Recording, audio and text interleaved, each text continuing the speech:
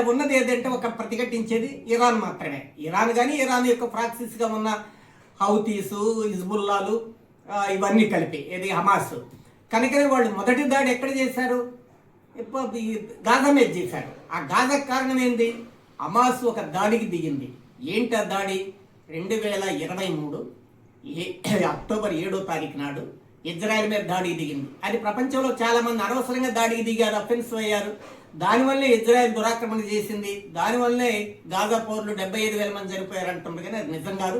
వాస్తవానికి చాలా వ్యూహాత్మకంగా ఆ రోజున హమాస్ నాయకత్వంలో పాలస్తీనా ప్రజలు, గాజా ప్రజలు ఖచ్చితమైన అఫెన్సివ్ దాడికి దిగారు. లేకపోతే రోహింగ్యాకి ఎలా అయితే ఒక ఎకరం భూమి లేని జాతిగా వాళ్ళు మారింది. ఒకనాడు ఒక స్వతంత్ర ప్రతిపత్తి కలిగిన బర్మాలో ప్రాంతం ఉన్నటువంటిది వాళ్ళ ఒక్క ఎకరం భూమి లేని చెట్టుకొకళ్ళు పుట్టకొకలుగా ప్రపంచమంతా వెళ్ళిపోయిన రోహింగ్యాలుగా పాలస్తీనా చరిత్ర